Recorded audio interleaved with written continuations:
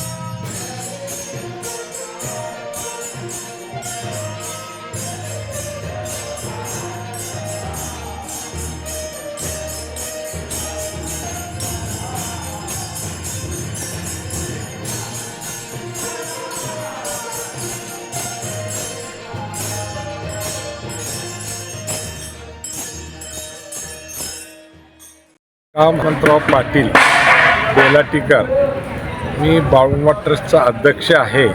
बाळूमामाचं मंदिर पूर्ण झालेलं आहे। आता रामाचं मंदिर मी करत आहे। या मंदिराला स्वखर्चातून आता माझं चालू आहे। आता मूर्ती कर्नाटकमध्ये बनवायला 5 लाखाला टाकलेली आहे।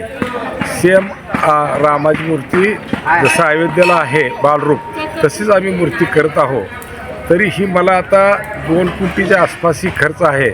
मी जितकं होईल एवढं मी करतच आहे। ज्या भक्तांना ह्याला सहभागी व्हायचं आहे त्या भक्तांनी कोण सिमेंट, कोण वाळू, काय स्टील, काय पैसे, काय